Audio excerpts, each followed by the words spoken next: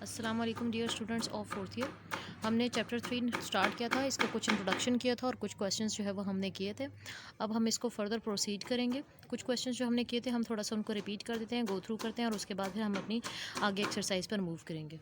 आपको पता है जैसे कि 3.1 जो है इसमें हमने क्वेश्चन नंबर 1 जो है और 2 और 3 और 4 जो है वो कंप्लीट किए थे, लेकिन फिर भी हम लोगों ने 1 और 2 तो इंट्रोडक्टरी चैप्टर क्या कहते हैं क्वेश्चंस हैं, बहुत इजी हैं। सिंपली आपको पता है, आपने पहले भी किया हुआ है कि अगर ए और बी दो मैट्रिसेस गिवन हो, आपने उनका सम कैसे निकालना है, आपने उनका सब्ट्रैक्शन कैसे करनी है, कोई स्केलर मल्टीपल उनके साथ मल्टीप्लाई करके और किसी और में ऐड कैसे करते हैं, ये सब कुछ आपने किया हुआ है इन योर एलिमेंट्री क्लासेस जो आपने पीछे पढ़े हुए हैं। तो यहाँ पे हमने क्या है कि ये करना है, इसके अलावा आपने ए बी का प्रोडक्ट लेना है, बी ए के साथ ए बी का प्रोडक्ट और बी ए का प्रोडक्ट लेना है और चेक करना है कि ये दोनों बराबर आते हैं कि नहीं।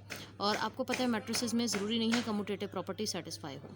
इसके बाद जो है एवेलुएट करना है इनको, सिंपली मैट्रिसेस हैं और मैट्रिसेस को मल्टीप्लाई करना है। मैट्रिसेस को मल्टीप्लिकेशन के लिए आपको पता होता है कि पहले के कॉलम्स और दूसरे की रोज़ जो है वो अगर बराबर होती हैं तो हम कहते हैं कि मैट्रिक्स मल्टीप्लिकेशन इज़ पॉसिबल। तो आपने यही देखना है और ऑफ कोर्स इनकी मल्टीप्लिकेशन पॉसिबल है, तभी इन्होंने हमें दिए हैं और इनके रिजल्ट्स आपने निकालने हैं। Now we will be coming to question number 3, जिसमें वो कह रहे हैं कि prove the product of matrices this and this is the zero matrix when theta and phi differ by the multiple of odd multiple of pi by 2। यानी कि अब हमने यहाँ पे क्या करना है, लेट्स चेक इट आउट। तो इसमें जो दो मैट्रिक्स हमें गिवन है इन दोनों का हमने लेना है प्रोडक्ट। ठीक है, प्रोडक्ट लेने के बाद वो कहते हैं कि जो भी आपका आंसर है वो ज़ीरो मैट्रिक्स कब आएगा, जब थीटा और फाई, ये जो आपको एंगल गिवन है थीटा एंड फाई, ये डिफ़र करेंगे by an odd multiple of pi by 2। ठीक है, तो सबसे पहले इसका मतलब है कि हमें ए बी का प्रोडक्ट लेना है। तो सबसे पहले जी हम ए बी का प्रोडक्ट लेते हैं जी। तो मैट्रिक्स मल्टीप्लिकेशन कैसे करते हैं, आपको पता है कि फर्स्ट रो, अगर ये भी 2 क्रॉस 2 मैट्रिक्स है, ये भी 2 क्रॉस 2 मैट्रिक्स है, तो फर्स्ट रो फर्स्ट कॉलम के साथ जब मल्टीप्लाई होगा तो ये एंट्रीज आ जाएंगी हमारे पास। फिर फर्स्ट रो अगर सेकंड कॉलम के साथ मल्टीप्लाई होगा तो ये एंट्रीज आ जाएंगी। इसी तरीके से सेकंड रो जब फर्स्ट कॉलम के साथ मल्टीप्लाई होगी तो ये एंट्रीज आ जाएंगी, और सेकंड रो जब सेकंड कॉलम के साथ मल्टीप्लाई होगा तो ये एंट्रीज आ जाएंगी। ठीक है, अब आप यहाँ पे देख रहे हैं कि अब आपने देखना है कि कॉमन क्या क्या है। अब इस टर्म में और इस टर्म में आपको नज़र आ रहा है कॉस थीटा कॉस फाई जो है वो दोनों में है, तो आपने cos theta cos phi common ले लेना है। सिमिलरली यहाँ चेक करेंगे तो कॉस थीटा और साइन फाई कॉमन है, तो आपने वो कॉमन लेना है। सिमिलरली यहाँ आपने देखना है तो यहाँ साइन थीटा कॉस फाई और यहाँ भी साइन थीटा कॉस फाई मौजूद है, तो आपने ये कॉमन ले लेना है, बाकी टर्म एज इट इज़ लिख देना है। एंड द लास्ट टर्म इसमें क्या है, साइन थीटा साइन फाई दोनों में कॉमन है, तो ये आपने कॉमन लेना है, तो बाद में आपके पास ये बच जाएगा। अब आपने जो है वो कॉज और साइन के फार्मूलाज पढ़े हुए हैं। ये अगर आप समझें कि cos alpha cos beta plus sine alpha sine beta, तो आपको पता है this is equals to cos alpha minus beta, ये आपने सेकेंड ईयर में पढ़े हुए हैं सारे फार्मूलाज। सिमिलरली ये भी हमारे पास इसी तरह का फार्मूला बन गया है सेम। अब यहाँ की बात करें तो ये भी क्या है, cos theta cos phi plus sine theta sine phi. Exact आप कह सकते हैं कि ये जो चारों टर्म्स हैं ये एक्जैक्टली सिमिलर है and these all are equals to cos alpha minus beta.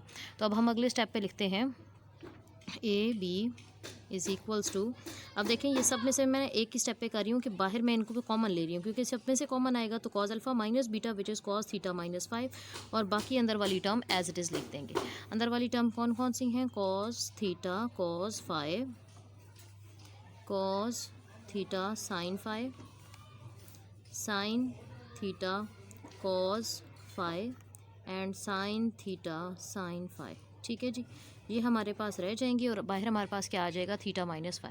अब हमने स्टार्ट में कहा था कि थीटा और फाई डिफ़र करते हैं by an odd multiple of pi by 2। ठीक है, थीटा एंड फाई डिफ़र। अब डिफ़र का बेटा क्या मतलब होता है, डिफ़र का मतलब होता है थीटा माइनस 5, यानी कि इनका डिफरेंस मीन्स टू से इनको अगर सब्ट्रैक्ट करें तो ये कहते हैं this is equals to odd multiple of pi by 2। Pi by 2 का कोई भी ऑड मल्टीपल, अगर हम कहते हैं कि हमारा ऑड मल्टीपल है और के को हमने कोई ऑड नंबर्स बताने हैं, फॉर एग्जाम्पल वी से 1 3 5 7 अप टिल सो ऑन। ठीक है, तो हमने थीटा माइनस 5 की जगह हम क्या पुट कर सकते हैं, के पाई बाय 2।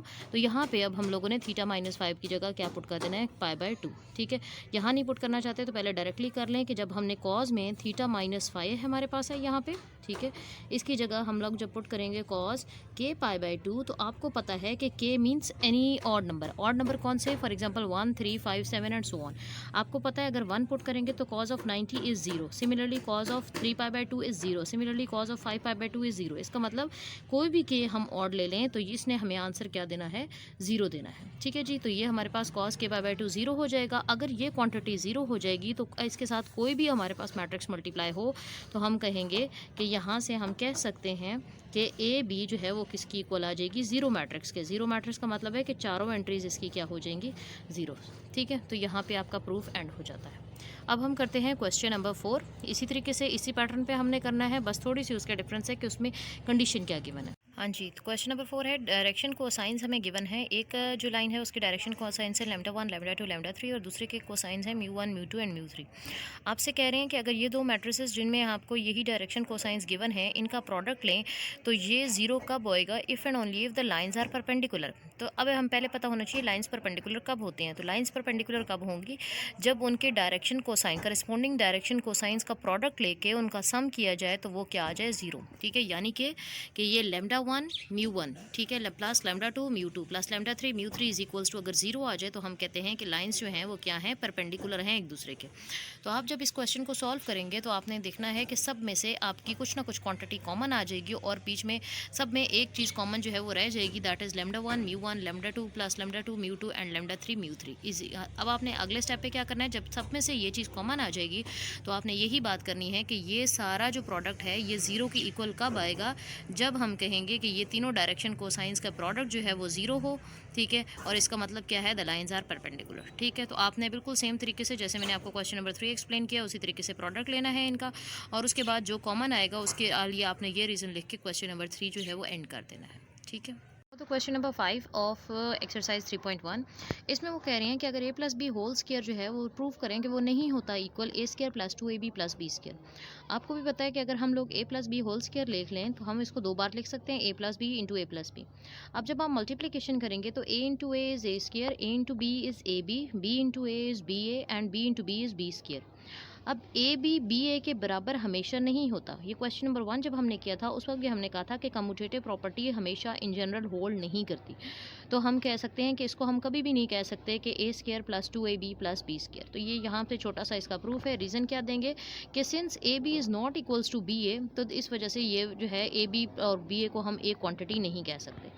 इसी तरीके से सिमिलर तरीके से जो अगला क्वेश्चन है आपका, that is A square minus B square को नहीं प्रूव करना equal A minus B A plus B के इक्वल। ठीक है, मतलब इसके इक्वल नहीं आता, ये प्रूव करना।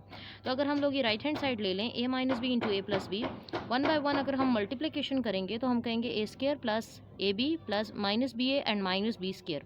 यहाँ पे भी ए बी और minus B a cancel out नहीं हो सकते। क्यों नहीं हो सकते, because a B is not equals to b A.